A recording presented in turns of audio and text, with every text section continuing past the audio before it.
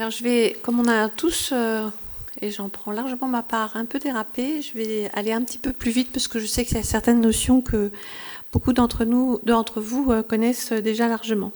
Juste un petit point, alors vous le voyez à gauche et à droite, à gauche au niveau national et à droite au niveau de la région, toutes les visites qui ont été réalisées et celles qui sont prévues de l'être. Ce graphique, c'est bien pour l'itération actuelle. Sachant que 2025, nous allons avoir un deuxième tour. N'imaginez pas que en 2025 et 2026, on baisse totalement le nombre de visites. C'est simplement qu'il y aura le relais pour les deuxièmes. Donc là, c'est vous voyez pour les premiers. Alors, en ce qui concerne spécifiquement sur la Nouvelle-Aquitaine, vous voyez les prochaines visites qui sont prévues dans votre région. J'ouvre une petite parenthèse. Il y a, vous savez que tous les rapports et les indicateurs de qualité et sécurité des soins sont rendus publics par la Haute Autorité sur le site Caliscope. Dans une des évolutions que nous attendons, j'ose espérer que d'ici la fin de l'année, nous l'aurons, apparaîtront aussi, certes, l'année de la visite et le rapport qui est déposé, mais également l'année de la prochaine visite. Voilà en ce qui concerne les résultats d'aujourd'hui. Au global, il y a finalement quelques petites différences, mais compte tenu du nombre, c'est pas probant. Néanmoins, sur les 2% que l'on constate déjà aujourd'hui, 22 c'est déjà beaucoup. Je rappelle qu'en V 2014, on en avait eu en fin de comète, c'est-à-dire en fin d'itération, uniquement 9 établissements non certifiés. Là, on est à moins de la moitié et on est déjà à 22. Néanmoins, autant tout à l'heure j'étais positive, mais je vous le dis de façon un peu réaliste, on voit qu'il y a une tendance, c'est que on sera très certainement bien au-dessus des 2%. C'est le reflet de la réalité, au moins. Par rapport à une critique comme quoi la certification n'était pas suffisamment discriminante, elle va l'être davantage. Je crois que c'est le reflet. On est là aussi pour faire un observatoire de la situation et on voit là au fur et à mesure des commissions que voilà, c'est compliqué. Cartographie aussi par région. Alors en vert, ce sont ceux qui sont certifiés ou certifiés avec mention. En rouge, ceux qui sont certifiés sous condition ou non certifiés. En fonction des régions et en fonction du nombre de visites, attention aux camemberts qui peuvent bouger rapidement. Mais voilà cette situation aujourd'hui. En ce qui concerne les résultats, alors, petit point, et j'y reviendrai, la commission de certification, elle ne base pas sa décision uniquement sur les scores qui ne sont que le résultat quantitatif de la visite. Ce qui était également important, c'est l'analyse qualitative au travers du rapport, et c'est aussi, et vous le savez, le retour sur certains éléments, puisqu'on avait dans les critères impératifs demandé à ce que ces situations soient respectées et qu'il y a certaines choses qu'on ne voulait plus voir qui correspondent à ces critères-là. Donc il est vrai que de temps en temps, avec des scores assez élevés, néanmoins, dans certains secteurs où on ne voulait plus voir certaines choses, on les a vues, et c'est vrai que ça génère une dégradation.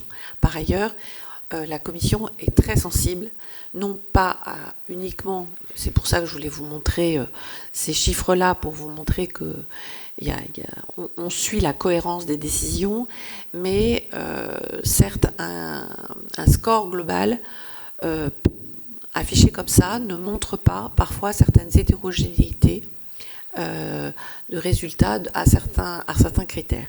Et ça, la commission, et ça je peux vous le garantir, on a des outils pour, regarde tous les résultats de tous les critères. Je vous ai mis aussi, mais ça a été présenté aussi dans notre webinaire, à droite, puisque certains disaient « Ah là, on a une fiche anomalie, on ne sera pas certifié ». Vous voyez que ce n'est pas vrai. C'est pas le cas. La commission, elle regarde pas au nombre de fiches anomalies. Elle regarde sur le risque patient généré par ce qui a été développée et par l'expert et les observations de l'établissement sur ce qui a été constaté. Bon, je vais aller vite là sur les résultats. De toute façon, le support vous sera communiqué. Sur les résultats par objectif, vous voyez à droite les résultats de la région. Vous êtes une grande région, donc il n'y a pas de différence notable. Les résultats par critères impératifs. Donc là, niveaux nationaux, vous les avez déjà eus, et là, c'est la présentation au niveau régional. Au niveau national, voilà les éléments qui posent le plus de soucis. Je vais pas les lire, vous les voyez par vous-même, compte tenu du temps, et puis vous les aurez pour vous les approprier. On a également fait cette approche-là au niveau de la région. Petit rappel qu'on a fait dans le webinaire, mais il faut qu'on communique mieux, certainement, pour que ce soit bien compris. Juste pour vous dire que quand on est certifié sous condition, quand on refait une visite complète, souvent avec une équipe d'experts d'ailleurs différente, pour avoir...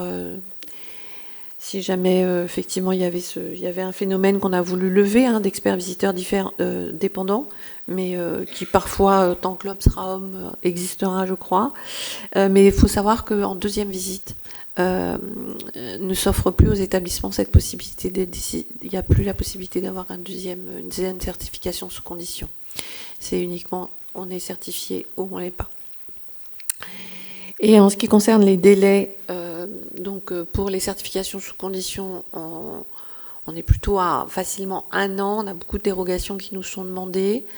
On ne souhaite pas aller trop loin, parce que sinon ça ne justifie plus qu'on ait mis quelques conditions. Sinon, si la situation est véritablement trop dégradée, c'est véritablement une non-certification.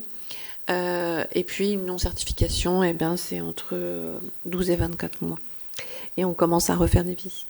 Alors là, aujourd'hui, parce qu'on était dans les premiers, donc on avait quand même des établissements qui étaient assez matures.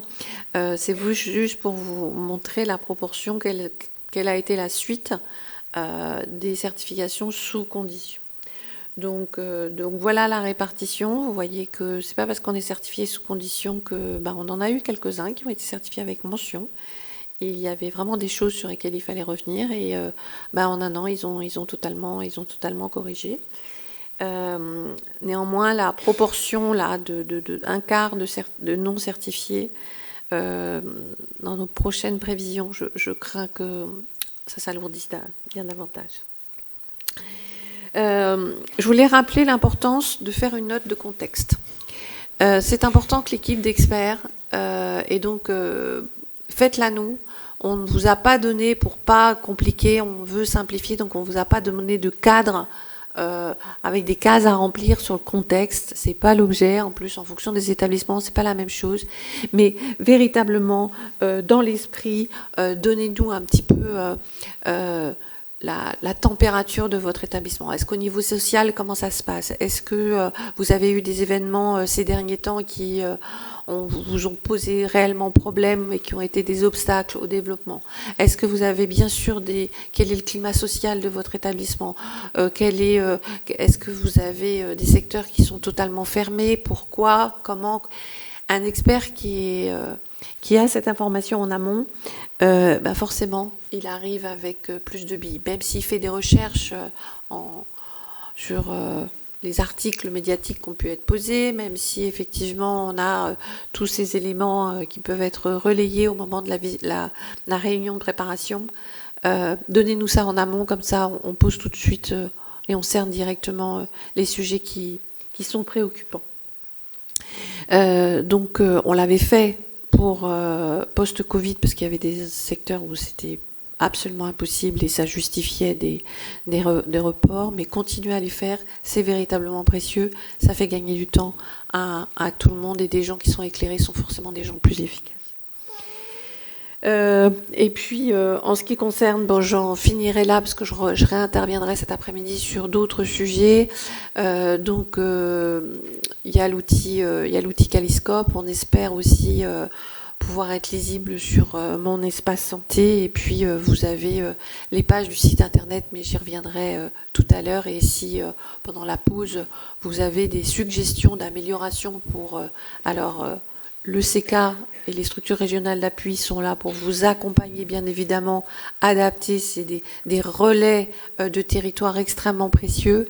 Mais vous avez pu observer que pour cette itération, on a essayé de développer au niveau national le maximum d'outils. On travaille avec la FORAP, qui est la fédération qui coordonne les structures régionales d'appui. S'il y a des manques, s'il y a des sujets, des outils qui seraient utiles, n'hésitez pas à l'heure du déjeuner de nous en faire part, de m'en faire part. Catherine Bourneuf est avec moi. On y répondra. On est là pour ça, on est là pour avoir des échanges avec vous. Merci beaucoup. Merci Madame Chevrier.